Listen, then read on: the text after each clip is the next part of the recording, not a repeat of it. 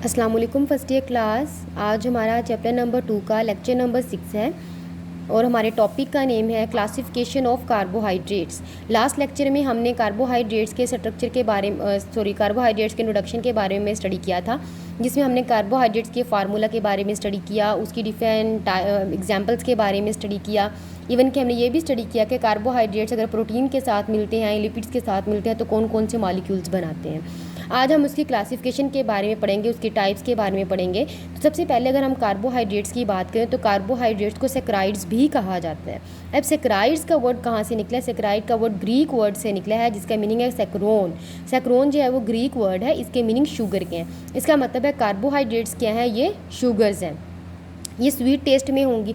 तो जितनी भी शुगर हैं वो क्या कहलाती हैं? वो कार्बोहाइड्रेट्स कहलाती हैं। अगर हम कार्बोहाइड्रेट्स की क्लासिफिकेशन की बात करें तो इसमें हम सिंपल क्लासिफिकेशन सबसे पहले टाइप के बारे में पढ़ते हैं, जो कि है monosaccharide. Saccharide mean sugar, mono mean जो सिंपल शुगर्स होती हैं, कि जिन मोनो मीन होता है वन या सिंपल। तो ये ऐसी शुगर्स हैं जो बिल्कुल ही सिंपल होंगी, जो ब्रेक नहीं हो सकती। अगर हम उनको ब्रेक करने की कोशिश करें तो वो ब्रेक नहीं होंगी, और वो जो वाटर में सोल्यूबल होती हैं। तो मोनोसैकराइड्स जो है ये बहुत सी कार्बोहाइड्रेट्स की बहुत सिंपल फॉर्म है, सिंपल शुगर है मोनोसैकराइड्स। अगर हम इसे करैक्टरिस्टिक्स के बारे में पढ़ें तो ये बहुत ही सिंपल शुगर है।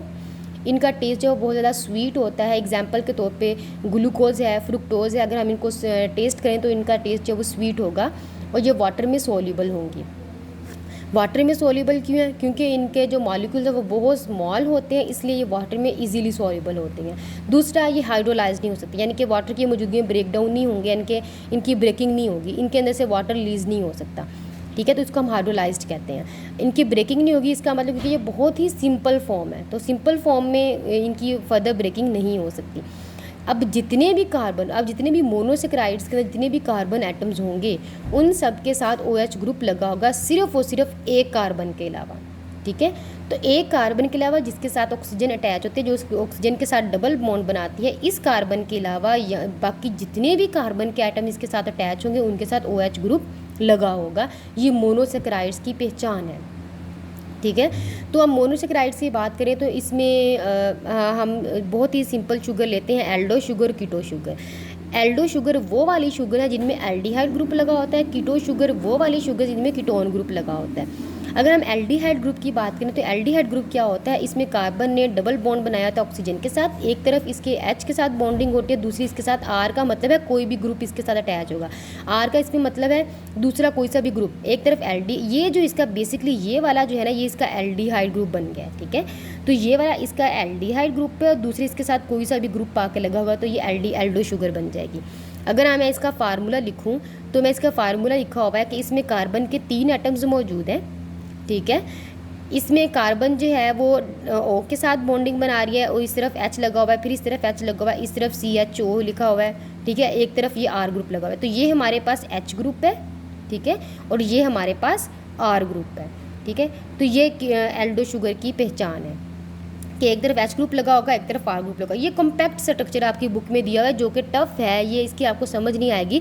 तो आगे जाके बाकायदा मैं इसको आपको ओपन करके दिखाऊंगी कि ये स्ट्रक्चर बना किस तरह एक तरफ H लगा हुआ है, किस तरह एक तरफ R ये ग्रुप लगा होता है, किस तरह अटैच होता है। नेक्स्ट हम कीटो ग्रुप की बात करें तो कीटो ग्रुप की पहचान ये है कि इसमें कार्बन ने डबल बॉन्ड बनाया होता है O के साथ, लेकिन इसके दोनों तरफ R ग्रुप होते हैं। कि कार्बन की जो आखिरी कार्बन होगी उसके साथ भी R ग्रुप है, कार्बन की जो दूसरी तरफ आखिरी कार्बन होगी उसके साथ भी R ग्रुप होगा। तो जहाँ कहीं भी कार्बन का आखिरी एटम होगा उसके साथ ये R ग्रुप लगा होगा, तो ये कीटोन को शो करता है, ये कीटो शुगर होगी। कीटो शुगर का अगर हम फार्मूला देखें तो इसका स्ट्रक्चर देखें तो ये वाला कार्बन ने डबल बॉन्ड बनाया O के साथ, इसके यहाँ भी R ग्रुप लगा हुआ है, इसके यहाँ पर भी R ग्रुप लगा हुआ है, तो ये कीटो ग्रुप की पहचान होगी। तो ये कीटो शुगर्स होती हैं। नेक्स्ट मैं आपको इसका डिटेल के साथ स्ट्रक्चर समझाऊंगी। तो यहाँ तक आपको समझ आ गई कि मोनोसैकराइड्स क्या है? ये सिंपल शुगर है, कार्बोहाइड्रेट्स की बहुत सिंपल फॉर्म होती है। ये वाटर में सोल्यूबल होती है, क्योंकि इसके मॉलिक्यूल छोटे होते हैं इसलिए आसानी से सोल्यूबल हो सकती है। ये हाइड्रोलाइज नहीं होती, इसको ब्रेक करना बहुत ज़्यादा मुश्किल होता है। और इसके एक कार्बन के अलावा, यानी कि एक सिंगल कार्बन के अलावा सब कार्बन के साथ इसके OH ग्रुप लगा होता है। नेक्स्ट हम बात करते हैं जी जनरल फार्मूले की। अगर हम कार्बोहाइड्रेट्स का जनरल फार्मूला देखें तो हमने ये पढ़ा था, कार्बन के साथ X है, फिर H2 और Y है। एक्स और वाई का यहाँ पर मतलब है कि यहाँ पर नंबर्स हैं, यानी कि यहाँ पर कोई से भी नंबर आ सकते हैं, 2 नंबर आ सकता है, 3 नंबर आ सकता है, 4 नंबर आ सकता है। लेकिन इसमें कार्बोहाइड्रेट्स के अगर हम जनरल फार्मूले की बात करें तो इसमें एक्स का मतलब है यहाँ पर और नंबर होगा, वाई का मतलब है यहाँ पर और नंबर होगा। एक्स और वाई का मतलब यहाँ पर नंबर डिफरेंट होंगे। अगर हम मोनोसेक्राइड के फार्मूले की बात करें तो यहाँ पर CnH2n लगता है। एन का मतलब है कि यहाँ पर दोनों तरफ नंबर सेम होंगे। अगर यहाँ पर सी के साथ अगर यहाँ पर 2 लग रहा है तो यहाँ पर भी 2 नंबर ही लगेगा। समझ आ गई? तो ये फार्मूला इतना सिंपल है इसका। तो इसके नंबर ऑफ़ कार्बन एटम्स की बेस पे मोनोसेक्राइड्स को क्लासीफाई किया गया है। तो सबसे पहले ट्रायोजिस ग्रुप है। ट्रायोजिस ग्रुप का ट्राई मीन होता है 3, यानी कि ये ऐसा ग्रुप है, ऐसी मोनोसेक्राइड्स है जिसमें सिर्फ कार्बन की 3 एटम्स होते हैं, 3 कार्बन के एटम्स होंगे। अगर हम इसका जनरल फार्मूला देखें CnH2n का, तो n का मतलब है इसमें हमने दोनों तरफ सेम नंबर लगाना है। अगर हम ट्रायोजिस की बात करें तो इसमें 3 कार्बन के एटम्स होंगे, तो 3 कार्बन के एटम्स H2O और 3 NN लग गए, दोनों तरफ सेम है, तो इसको मल्टीप्लाई करें, 3 को मल्टीप्लाई करें, C3 आ गया, H2 मल्टीप्लाई हो जाएगा 3 के साथ, 3 2 6 हो जाएगा, और O के साथ भी 3 मल्टीप्लाई 3 हो जाएगा। इस तरह टेट्रोजिस है। अगर हम टेट्रोजिस की बात करें, टेट्रा मीन होता है 4, इसका मतलब है ये ऐसी कार्बन की चेन है जिसमें सिर्फ और सिर्फ 4 कार्बन के एटम्स मौजूद होंगे, जिनको हम टेट्रोज कहेंगे। ये मोनोसेक्राइड्स की एक टाइप है जिसमें कार्बन के सिर्फ और सिर्फ 4 एटम्स होंगे। और इन 4 एटम्स के अगर हम उसका फार्मूला ड्रा करें तो C4H की 2 होता है, तो अगर इधर 4 है तो 4 2 8 हो जाएगा, और O की 4 होगा। पेंटोज, पेंटोमीन होता है 5, इसका मतलब इसमें 5 कार्बन एटम्स होंगे। तो अगर हम इसका फार्मूला देखें C5H10, क्योंकि H की 2 होता है, 2 5 10 और O 5 हो जाएगा। हेक्सोजिस, हेक्सामीन होता है 6, तो इसमें 6 कार्बन के एटम्स मौजूद होंगे। C की 6 H12, O की 6, यहाँ पर इसका ये वाला फार्मूला बनता है। यहाँ पर H2 होता है, तो 6 को जब हम 2 से मल्टीप्लाई करेंगे तो यहाँ पे H की 12 आ जाएगा। हेप्टोजिस, हेप्टामीन होता है 7, इसका मतलब है इसमें 7 कार्बन वाले 7 कार्बन के 7 एटम्स होंगे इस ग्रुप के अंदर। तो कार्बन के जब 7 एटम्स होंगे तो 7 2 14 और 7, तो ये इसके फार्मूले हैं। तो आपने ट्रायोजिस, टेट्रोजिस, पेंटोजिस, हेक्सोजिस और हेप्टोजिस, ये आपने फार्मूले इसके याद रखने हैं। ये इंपॉर्टेंट MCQs भी आती हैं। तो सबसे पहले हम मोनोसेक्राइड के पहले ग्रुप की तरफ चलते हैं, जो कि है ट्रायोजिस। ट्रायोजिस की अगर हम बात करें तो इसमें 2 मेन एग्जांपल्स आते हैं, जिसको हम कहते हैं ग्लिसरॉल्डिहाइड, ये भी शुगर की एक फॉर्म है, और डाईहाइड्रोक्सी एसीटोन। एल्डिहाइड, ये तो आपको नाम से ही जाहिर करा है, इसमें एल्डो ग्रुप लगा होगा, जिसको हम एल्डो शुगर कहते हैं। और एल्डो शुगर जो है इसमें सॉरी बेटे ये गलत है, ठीक है।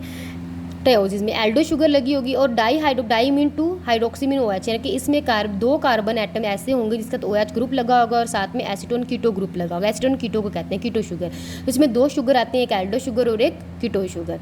अगर हम ग्लिसरॉल्डिहाइड, इनके एल्डो शुगर की बात करें तो इसमें मैंने कॉम्पैक्ट फॉर्म में आपको स्ट्रक्चर पीछे वाला दिखाया था, वो CHO, ये इसका ये कॉम्पैक्ट फार्मूला है। तो अगर हम ओपन करके देखें तो यहाँ पर ये कीटो ग्रुप बना हुआ है। अब एल्डो ग्रुप बना हुआ है। अब ये एल्डो ग्रुप कैसे बना है? C ने डबल बॉन्ड बनाया है O के साथ, ठीक है, बाकी रह गया H जो है इसने ऊपर बॉन्डिंग बना दिया, तो ये एल्डो ग्रुप लग गया। एल्डो ग्रुप मैंने कहा कि ट्रायोजिस की टाइप है एक ग्लिसरॉल्डिहाइड, तो इसमें 3 कार्बन के एटम्स लगेंगे, 1 2 3, और इसमें बाकी सारी कार्बन के साथ एक्सेप्ट A के अलावा बाकी कार्बन के साथ ये OH ग्रुप लगा होगा, और बाकी कार्बन अपनी वैलेंसी पूरी करने के लिए यहाँ पर भी हाइड्रोजन बॉन्ड बनाया हुआ है। 1 2 3 4 वैलेंसी पूरी की हुई है, 1 2 3 4 वैलेंसी पूरी की हुई है। तो यहाँ पर OH ग्रुप लग के यहाँ पर HH लग गया। तो यहाँ पर क्या है, ये R ग्रुप लगा हुआ है, ठीक है, जिसको हम इन्होंने लिखा हुआ है CH2OH लिखा हुआ है। यहाँ पर यहाँ पर H लगा हुआ है, और यहाँ पर OH लगा हुआ है। यहाँ पर CHO इसको कॉम्पैक्ट फॉर्म में लिख दिया। तो होप सो आपको अब समझ आ गई होगी कि यहाँ पर ये एल्डो शुगर का इन्होंने फार्मूला, एल्डिहाइड का फार्मूला कैसे दिया हुआ है। इस तरह हम डाईहाइड्रोक्सी एसीटोन की बात करें तो इसका हमने कॉम्पैक्ट फार्मूला पीछे हमने देखा था। यहाँ पर दोनों तरफ C डबल बॉन्ड और दोनों तरफ ये R ग्रुप लगे हुए हैं। अगर हम इन्हें R ग्रुप को ओपन करें तो C ने डबल बॉन्ड O के साथ डबल बॉन्ड बनाया हुआ है, कार्बन है। यहाँ पर CH ने 2 हाइड्रोजन के साथ ग्रुप बनाया हुआ है, और एक क्या है, एक OH के साथ है। तो यहाँ पर ये वाला जो ग्रुप है ये क्या है, ये कीटो ग्रुप है, ठीक है, ये कीटो ग्रुप शो कर रहा है। इस तरफ यहाँ पर भी ये R ग्रुप लगा हुआ है, इसी तरह सेम R ग्रुप यहाँ पर भी लगा हुआ है, CH2OH यहाँ पर भी ये R ग्रुप लगा हुआ है। तो होप सो आपको ये कॉम्पैक्ट फार्मूला इजीली, अब ये मैंने ओपन करके जो दिखा दिया, इजीली आपको समझ आ गया होगा। अब कहते हैं कि ट्रायोजिस की जो शुगर्स होते हैं, ग्लिसरॉल्डिहाइड और डाईहाइड्रोक्सी एसीटोन, यानी कि एल्डो शुगर और कीटो शुगर की बात करें तो ये जो है इंटरमीडिएट होती है रिस्पायरेशन और फोटोसिंथेसिस के। अब ये इंटरमीडिएट कहते हैं, इंटरमीडिएट का मतलब दरमियान में। अब जब भी रिस्पायरेशन का या फोटोसिंथेसिस का प्रोसेस होता है तो ये चीज़ ध्यान में रखनी है कि इसमें ग्लूकोज फॉर्मेशन होती है। मिसाल के तौर पे सबसे पहले हम रिस्पायरेशन का प्रोसेस देख रहे हैं। अब रिस्पायरेशन के प्रोसेस में आप गौर से देखें, ग्लूकोज ने ब्रेक डाउन है। जब ग्लूकोज ब्रेक डाउन होती है तो कार्बन डाइऑक्साइड और वाटर बनता है, लेकिन ये ब्रेक डाउन जो है वो नंबर ऑफ सीरीज़ में हो रही है, काफ़ी ज़्यादा स्टेप्स बन रहे हैं। तो इन स्टेप्स के दौरान में कहीं ना कहीं एक दफ़ा कीटो या एल्डो यहाँ पर शुगर लाजमी बनती है, इसलिए इसको इंटरमीडिएट कहा गया है रिस्पायरेशन के। इसी तरह फोटोसिंथेसिस की बात करते हैं, जब कार्बन डाइऑक्साइड और वाटर मिलता है तो ग्लूकोज बनाना है, तो ग्लूकोज डायरेक्टली नहीं बनता बल्कि इसमें नंबर ऑफ रिएक्शंस होते हैं। इस रिएक्शन में कहीं ना कहीं यहाँ पर दरमियान में एल्डो या कीटो शुगर बनती है, इसलिए हम इसको कहते हैं इंटरमीडिएट है रिस्पायरेशन और फोटोसिंथेसिस के।